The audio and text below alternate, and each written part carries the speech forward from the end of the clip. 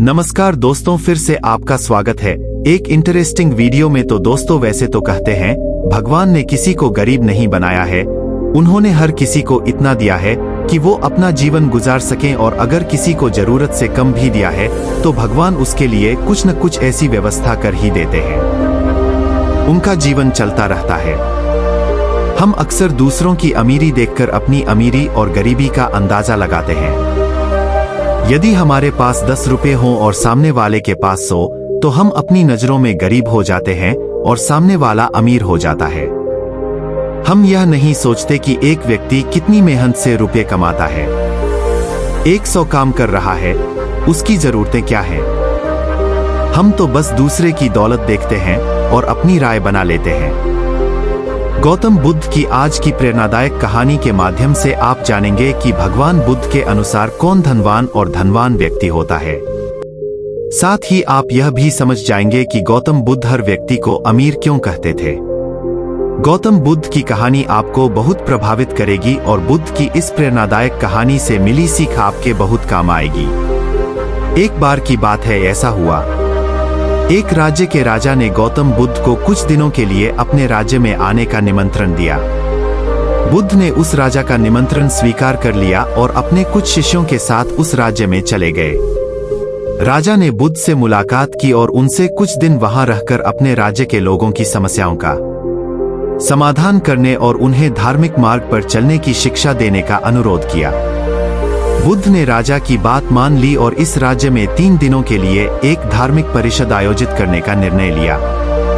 गौतम बुद्ध के आगमन की खबर पूरे राज्य में फैल गई और धार्मिक सभा के पहले ही दिन बहुत से लोग आए। उसी राज्य के चौराहे पर एक भिखारी बैठा रहता था। उसे भी गौतम बुद्ध के आने की खबर थी, लेकिन वह सोचने लगा कि धर्मसभा में जाकर और यहाँ बैठकर उसे क्या मिलेगा।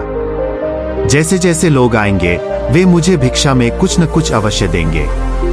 पहले दिन कई लोग आए और इस भिखारी ने अच्छी खासी कमाई की। अगले दिन फिर वही क्रम जारी रहा। भिखारी ने भीख मांगने के साथ साथ यह भी देखा कि धार्मिक सभा में जाते समय लोग उदास और दुखी हो रहे थे और उन्होंने उसे कुछ दिया भी नहीं। जब वह बुद्ध से मिलकर वापस आता है तो बहुत खुश दिखता है और खुशी खुशी भिक्षा भी देता है। यही सोचते सोचते दूसरा दिन भी बीत गया। तीसरे दिन जब बहुत कम लोग आए तो भिखारी परेशान हो गया। उसने कमाई नहीं की। उसने सोचा कि बुद्ध तो सबकी समस्याओं का समाधान दे रहे हैं, तो क्यों न मैं भी उनके पास जाऊं और अपनी गरीबी दूर करने का उपाय पूछे। ऐसा सोचकर वह भी धर्मसभा में गया, लेकिन वहां लंबी कतार थी। बड़ी मुश्किल से उनकी बारी आई। बुद्ध के पास पहुंचकर उसने प्रणाम किया और कहा, प्रभु, इस गांव में सभी लोग सुखी हैं और सभी लोग धनवान तथा सुख सुविधा संपन्न हैं, फिर मैं गरीब क्यों हूं? तुम गरीब हो क्योंकि तुम हमेशा दूसरों से मांगते रहते हो लेकिन कभी किसी को कुछ नहीं देते हो।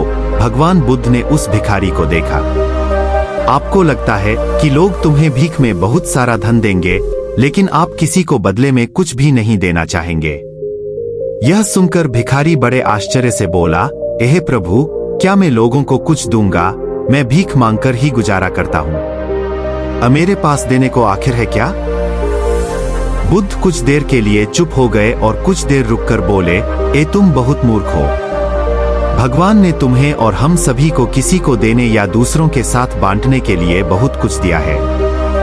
आपने एक मुस्कान दी है जिसे आप दूसरों के साथ साझा कर सकते हैं और उन्हें आशा और उम्मीद दे सकते हैं। तुम्हें आवाज दी गई है जिससे तुम मीठे बोल बोलकर लोगों की प्रशंसा कर सकते हो। तुम्हें 2 हाथ दिए गए हैं जिससे तुम दूसरों की मदद कर सकते हो। तुम्हें एक स्वस्थ शरीर दिया है जिससे तुम भीख मांगने के बजाय कड़ी मेहनत कर सकते हो।